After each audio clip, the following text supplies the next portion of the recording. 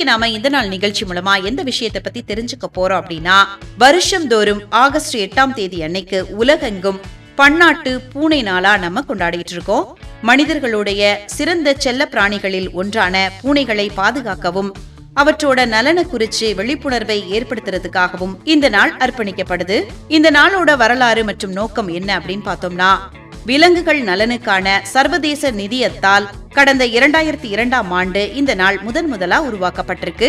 2020ஆம் ஆண்டு முதல் international gate care அப்படிங்கிற இங்கிலாந்தை சேர்ந்த தொண்டு நிறுவனம் இந்த நாளை ஒருங்கிணைச்சு வருது.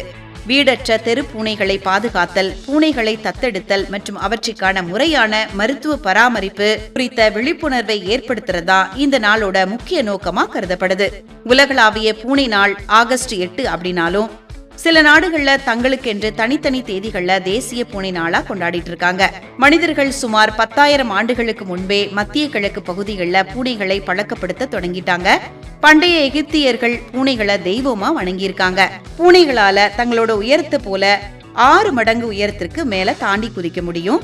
அதுக்கப்புறமா அவற்றால தங்களுடைய காதுகளை 180 டிகிரி வரை தனித்தனியா அசைக்க இயலும். மனிதர்களை விட பூனைகளுக்கு இருட்டுல பார்க்கக்கூடிய திறன் மிகவும் அதிகம். அதுகளுக்கு மிக குறைந்த அளவிலான ஒளியே போதுமானதா இருக்கும். மனிதர்களின் கைரேகையை போலவே ஒவ்வொரு பூனையோட மூக்கிலும் உள்ள கோடுகளின் வடிவமைப்பு தனித்துவமானது. பூனைகள் மிகவும் சுத்தமான விலங்காகும். வருஷந்தோறும் ஆகஸ்ட் 8ஆம் தேதி அன்னைக்கு உலகெங்கும் பன்னாட்டு பூனை நாளா நம்ம எதனால கொண்டாடுறோம், இந்த நாளோட நோக்கம் என்ன அப்படிங்கிற விஷயத்த இந்த நாள் நிகழ்ச்சி மூலமா தெரிஞ்சுக்கிட்டதுல மிக்க மகிழ்ச்சி அடைகின்றோம்.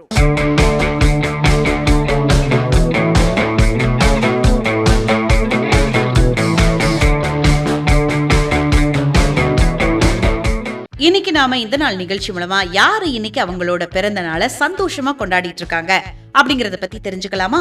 தமிழ் இலக்கிய உலகத்துல சாகித்ய அகாடமி விருது பெற்ற மிக முக்கியமான புதின மற்றும் சிறுகதை எழுத்தாளரான சோ தர்மன் அவங்க தான் இன்னைக்கு அவங்களோட பிறந்த நாளை சந்தோஷமா கொண்டாடிட்டு இருக்காங்க. 1953ஆம் ஆண்டு ஆகஸ்ட் மாதம் 8ஆம் தேதி அன்னைக்கு தூத்துக்குடி மாவட்டம் கோவில்பட்டி பக்கத்துல உள்ள உருளைக்குடி கிராமத்துல பிறந்திருக்காங்க சோ தர்மன் அவர்கள். தர்மன் அவர்களுக்கு இந்த நாள் நிகழ்ச்சி மூலமா இனிய பிறந்த நாள் நல்வாழ்த்துக்களை சொல்லிக்கலாம். கரிசல் நிலத்து மக்களோட வாழ்வியலையும் ஒடுக்கப்பட்ட சமூகத்தினரின் யதார்த்த நிலையையும் பாரம்பரிய நீர் மேலாண்மையும் தங்களோட படைப்புகள்ல ஆழமா பதிவு செஞ்சவர்தான் சோ தர்மன் அவர்கள். இவங்களோட இயற்பெயர் எஸ் தர்மராஜ் அப்படிங்கறதுதான். இவங்களோட தந்தை ஒரு கூத்து கலைஞர் ஆவாங்க. அதனால சின்ன வயசுல இருந்தே இவருக்கு பாரம்பரிய கதைகள் மீது ஆர்வம் ஏற்பட்டிருக்கு. கோவில்பட்டியில உள்ள ஒரு பஞ்சாலையில பணியாற்றி விருப்ப ஓய்வு பெற்றவர்தான் சோ தர்மன் அவர்கள். தமிழ் இலக்கியத்தின் முன்னோடி எழுத்தாளரான கி ராஜநாராயணனுடைய எழுத்துக்களால ஈர்க்கப்பட்டு 1980களில் எழுத தொடங்கியிருக்காங்க. இவங்களோட படைப்புகள் எளிய அடித்தட்டு மக்களோட உரிமைகள், நீர்நிலைகளின் அழிவு, விவசாயிகளின் துயரங்கள் மற்றும் கிராமிய யதார்த்தங்களை மையமா கொண்டவை ஆகும். 2019ஆம் ஆண்டிற்கான சாகித்ய அகாடமி விருது பெற்ற புகழ்பெற்ற நாவல் சூல் அப்படிங்கிற நாவலாகும். இது தமிழ்நாட்டுடைய பாரம்பரிய நீர்நிலைகளான கண்மாய்களுடைய வீழ்ச்சியையும் சுற்றுச்சூழல் மாற்றங்களையும் கிராமத்து மொழியில அப்பட்டமா விவரிக்கக்கூடிய ஒரு காவியமாகும். தலித் மக்களோட வாழ்வியலையும் சமகால சமூக யதார்த்தங்களையும் குறியிட்டு தன்மையோட பேசிய மிக முக்கியமான நாவல் கூகை அப்படிங்கிற நாவலாகும்.